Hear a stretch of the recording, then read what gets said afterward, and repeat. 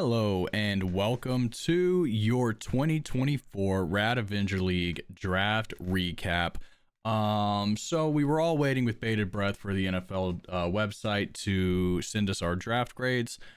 We waited what, 2 days, almost 2 full days. Never got them, so I took it upon myself to come up with some custom ratings. In the middle of that, NFL dropped theirs, and then they sucked massive cocks. So we're gonna do this anyway. I'd spent like 2 hours on the spreadsheet, so whatever. So kind of full disclosure for these rankings, for these grades. I failed calculus twice and dropped out of statistics on day one. So take that for what it's worth on the formulas that I used to get these rankings. I will explain in clear detail what it is. I want these rankings to be like Dwayne Wade, a transparent. So yeah, I'll have everything. First, I'm just going to show you the sheet that I used to compare the grades in the actual rankings. So this is a spreadsheet that is just an aggregate of I think it's ESPN, Sleeper, Yahoo, and maybe NFL too. I don't know. It's like 5 or 6 different websites. It's their aggregate ADP rankings. Another disclosure, this is the exact sheet that I used for draft night, so my rankings are probably going to be a little bit better because I just straight up used this sheet. I'm not going to apologize. This is aggregate rankings for everyone, so y'all had access to it. But you can see all these reds. That was how I was keeping up with who was drafted. Okay, so let me pull up my little presentation and we'll jump right into it. So Rad Avenger League 2024 draft grades are in. Some more disclaimers, and I'm gonna, I'll have a lot. This is not a prediction of, I'm not predicting records, because most of your teams are going to be completely different by the end of the year anyway. Just grading how you drafted based on your position, based on your picks, and kind of mixing in a little bit of the keepers. So without that, let's just get right into what the algorithm is. Pretty simple. Individual player grades, your pick divided by aggregate ADP. So example, Christian McCaffrey went number 1 overall. He was the consensus ADP number 1. That's just a 1. That's a 100% accurate pick. You got it. Nailed it. Obviously, as you go down the board, that's not going to be the case anymore. Point number 2, first 2 rounds have keepers removed from the ADP equation. Those are the only real rounds that would have been affected by it. So basically, say you picked number 5, like I'll go over here. So like say you had, we'll say the 6th pick, right? Well, obviously Bijan, Breece Hall, and Tyreek were not available to you. They were kept. So your ADP on, you say you picked Jamar Chase, whose ADP is 3, but you were the 3rd pick. I took 3 off of the ADP. That's a 100% accurate pick. You picked who was available at that ADP. Only did that for the first 2 rounds. So you will see a couple of numbers that are, the same and may not make sense, but that is why. Keeper value. I'll explain it a little bit later. I couldn't find a great way to kind of get keeper value into the draft grade without just it being ridiculous. So they're it's its own separate metric. Your keeper value is its own separate metric. It's its own separate ranking, completely independent from how you drafted. So the way that I came up with this is we did kind of the same thing, pick versus ADP. Oh, whoops. I actually just started clicking. Pick versus ADP, divided by the average of everyone's pick versus ADP. Once again, I understand this is a bad algorithm. Did not take statistics. So this is the best you get. If you've got something better, make your own video. Overall grade.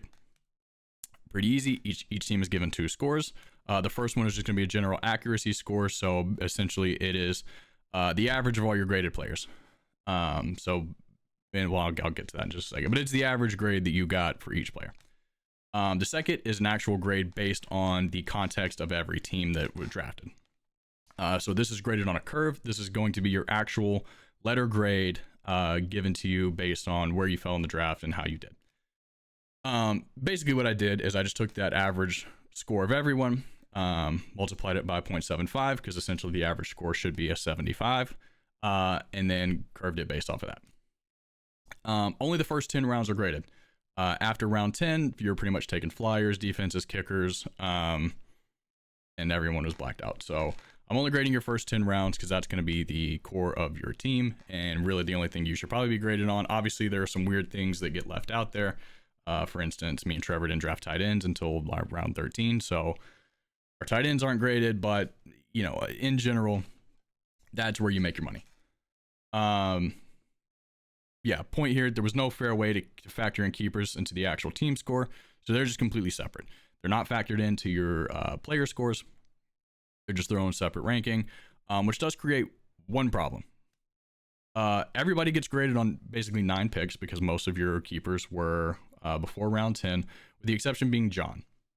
It ended up not being that big of a problem. His score was right in line with what I thought it would be, or right in line with what it should be. But obviously his keeper was in round 13, so he actually gets graded on 10 picks instead of 9. General data, just so you know what the numbers are. The average team accuracy score was a 92.2, so that's what we're basing the curve on, which means your scale is a 0.81. And the average keeper score was a 3.27, which, once again, the way the keeper scores work, it is kind of look like, and you'll see it in just a second when I get to the actual teams. It kind of looks like OPS in baseball, where most of 90% of your grades and your scores look correct. You know, they're just like a simple decimal point percentage, basically. It kind of looks like a batting average. And then you have a couple of outliers that look fucking ridiculous, which, spoiler alert, it's me and John. So we're going to just go right in order. So here's your chart for the actual individual players. Obviously, the example I use, Christian McCaffrey, pick 1, ADP number 1. You get a straight 1.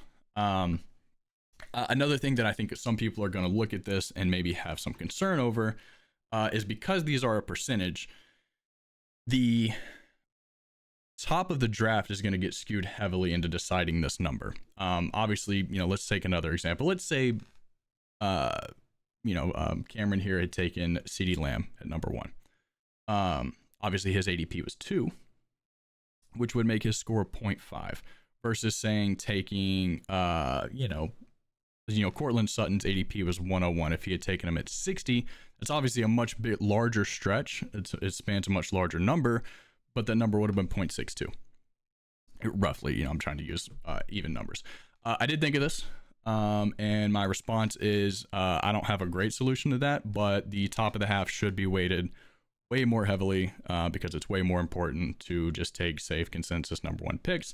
Whereas in the back of the draft, you can take some risks that you should not be as heavily penalized for. So, if you think of that question, just know that I did too. All right, so Cameron's keeper was Drake London. His ADP was 22. He was kept at 61, giving him a keeper score of 0.848, which means nothing to you because you haven't seen the rest of them. And don't worry, I do have the last slide will be ranking all the keepers and power ranking the draft. So if you kind of forget where everything is and who got what, I will have just a general score at the end. His final draft grade, you see his accuracy down here was a 77.24.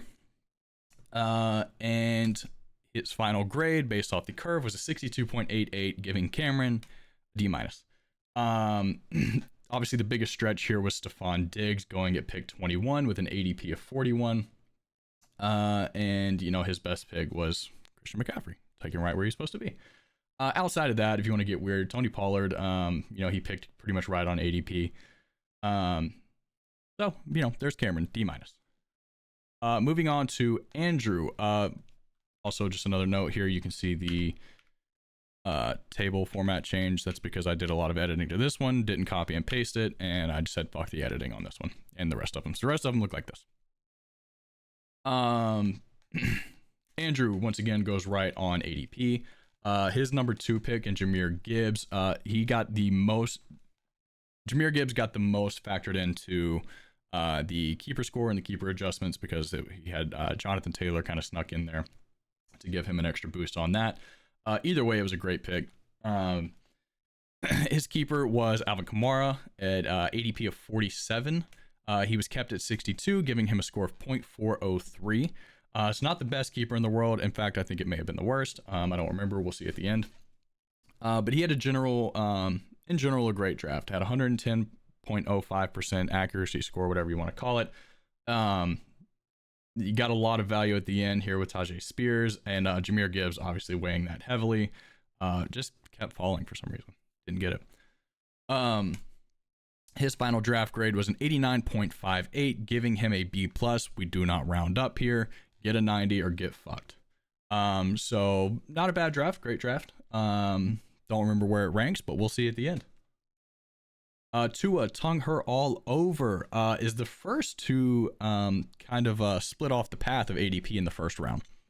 Took Amon Ra at number 3, had an ADP of 5, and then kind of made it up with Isaiah Pacheco on the back end, who fell a little bit. Once again, also got pretty heavily weighted with the keepers. So Trevor decided to keep Travis. Jesus fucking Christ. Tua Tung Her All Over, who was Trevor, kept Travis. Who had an ADP of 18, was kept at 38, giving him a keeper score of 646. His final draft grade, you can see his accuracy score over here of an 85.36. Final draft grade, received a 69.48, D+. Once again, we do not round up. The biggest leap here, Jalen Hurts. So that's another thing, is obviously you're going to see, and you'll see it with John too, and anybody that really took a quarterback early. You get penalized heavily for taking a quarterback early. Once again, I thought about maybe doing positional rankings, but I don't like drafting early quarterbacks. So I'm going to leave my bias there on that one. And then, Brian Thomas Jr. was another big stretch. And then, George Pickens, Isaiah Pacheco, some good value there.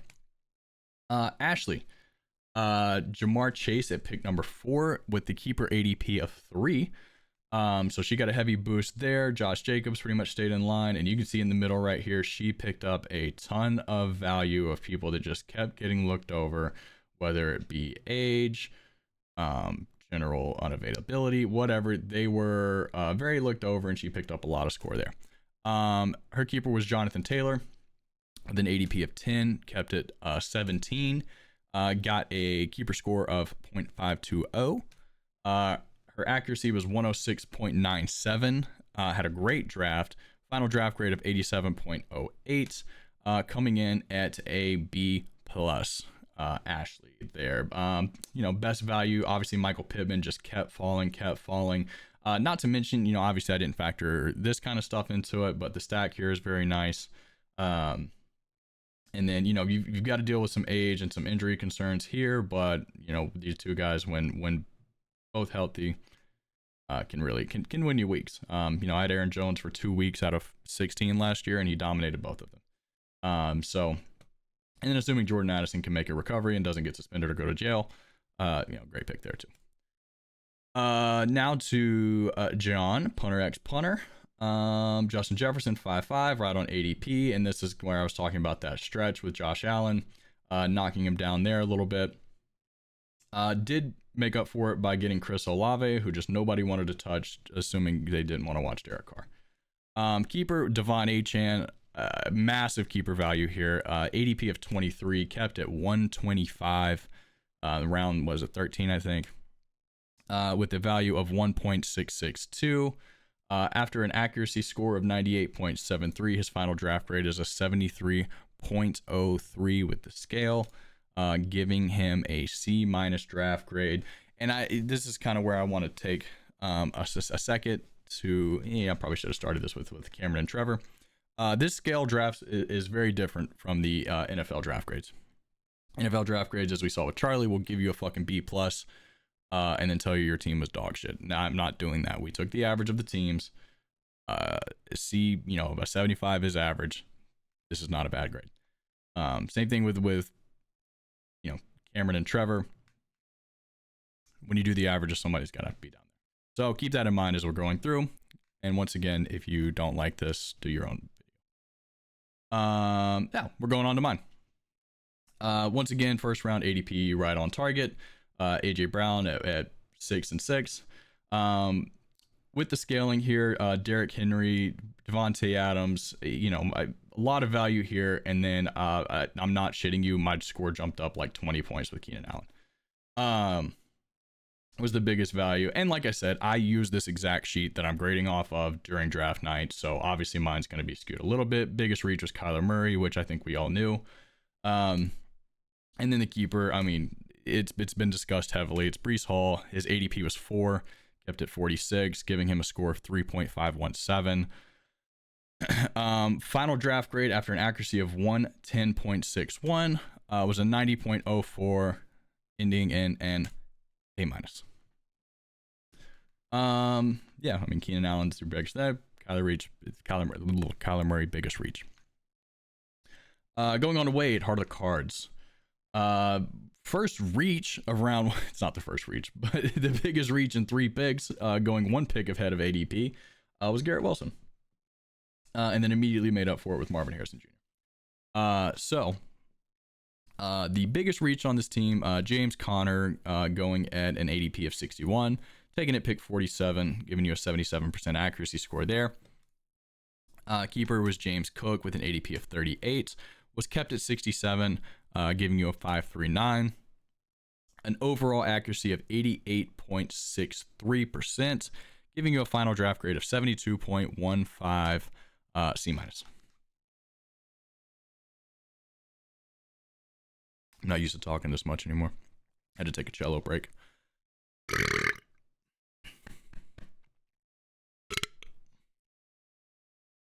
Thank you all for joining me. Yeah. C minus, right middle of the pack. Kind of where I expected.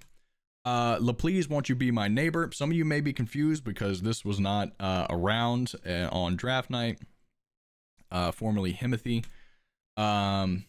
Yeah, second round, just Saquon Barkley kept falling. So a good pick up there. Took Sam Laporta right at ADP. And then had a couple of reaches on the back end, Jerome Ford being the biggest one. Lamar Jackson, once again, quarterbacks, kind of get fucked if you take them early enough. And yeah, Malik Neighbors fell a little bit. The rookies got some value there just because a lot of people didn't trust them. Had a final overall accuracy score of 98.73. His keeper and Tyreek Hill, once again, kind of showing you that first round weights very differently. Had an ADP of 3, was kept at 8, only a 5 difference, but when you factor in the score, it's actually a 0.815. Once again, I do think that is actually pretty accurate. A player as dynamic as Tyreek Hill, who's a top 1 to 3 player in fantasy, and if you can get him in the back half of round 1, and especially paired with Saquon Barkley, I think this is a fine score. Final draft grade after the accuracy of 98.73 was an 80.37, resulting in a B minus. Timothy with a B minus. So some of you are going to look at this name and think that I spelled it incorrectly or fucked up or was lazy or hit the pen or something. This is how it is in the app. This is how it's going to be here. Including this right here, which is crazy. Maybe the biggest reach in round 1, I have to go back and see what Trevor's is. Kyron Williams at pick 9 after an ADP of 12, which I think I adjusted. Hold on. Yeah, okay, so his actual ADP was 15. Spoiler alert there. So he got taken at 12 after the adjustments there. The number 1 reach of the draft, Deebo Samuel Sr.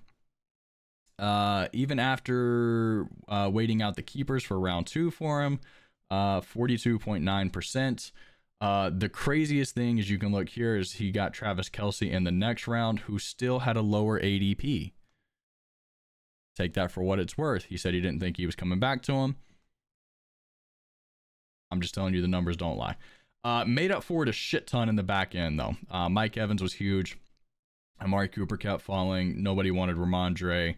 Nobody wanted Zay Flowers. And then waiting to take your quarterback helped him a lot here. So despite having the single worst pick in the draft, he actually came out with the best score, 111.34%. Spoiler alert here, David Montgomery was his keeper with an ADP of 60, kept at 92. So balancing out this crazy score, he did have one of the lower keeper scores at 0.469. Final draft grade of 90.63%, another A minus, and the fuck it, it's spoiled now. It's the highest score in the draft. So congratulations, Raleigh, for getting a lot of old players that nobody wanted. Put it in her Butker, Charlie. Last but not least, Puka ended up with an ADP of 10 after the adjustment, so right at the first round, which obviously is his last pick and where he was. So, and actually he kept Bijan, so that was technically his 10 pick. So you got Puka at pick 11, giving you a little bit of a boost there on kind of a technicality. Which I appreciate technicalities. That was not a knock. The biggest reach I think we all could tell was going to be Christian Watson. Which now going back through this, I know we gave you a lot of shit for it, and rightfully so. But you did take some of the shine off Raleigh. Raleigh deserves a lot more disgrace for that Deebo Samuel pick. And then Zamir White, who he openly told me he was going to draft right here where he took DeAndre Swift. So he still took a little bit of a reach at DeAndre Swift, but if he had taken Zamir White, I mean, we were talking just astronomically bad numbers. So good on him for figuring that out, waiting around, knew no one else was going to take him. Ended up getting some decent value there. So everybody hats off to Charlie. And then once again, benefited from taking a late quarterback, Jordan Love, who I think was a great pick where he got him. So great job there. He actually got him where the Christian Watson ADP was. Keeper Bijan Robinson has an ADP of 5, was kept at 10 with a keeper score of 0.612. And after your 88.62% accuracy in the draft, your final grade 72.14, which if you'll remember is 0.01 behind Wade, resulting in another C-. So just to give you a quick recap here, we're going to do the draft power rankings. Once again, this is not a prediction for where the season is going to end. I'm not going to do that. I'm not a robot. And even the robots get it fucking wrong because the waivers are so important. But your final actual draft power rankings are as such. Raleigh in first place with a 90.63. Myself in second with a 90.04. Andrew with an 89.58, Ashley 87.05, Tim 80.37, John at a 73.03, Wade 72.15, Charlie 72.14, Trevor 69.48, nice, and Cameron at a 62.88. And your final keeper rankings, myself with Breece Hall at number 1 with a 3517, John with Achan, Cameron with sure was. Who was it? Fuck. I thought I had that memorized. I thought I was going to crush that. Drake London. That's right. Cameron with Drake London. Tim with Tyreek Hill at an 815. Trevor with Travis Etienne at a 646. Charlie with Bijan at a 612. Wade with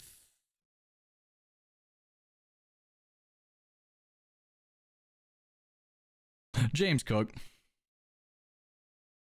at a 539, Ashley with Jonathan Taylor at a 520, Raleigh David Montgomery at a 469, and Andrew coming up the rear with Alvin Kamara at a 403. So there you have it, your official draft rankings. Fuck NFL, fuck RotoWire, fuck whatever that other one that Raleigh tried to use last night. I think it was Fantasy Footballers. Fuck all of them.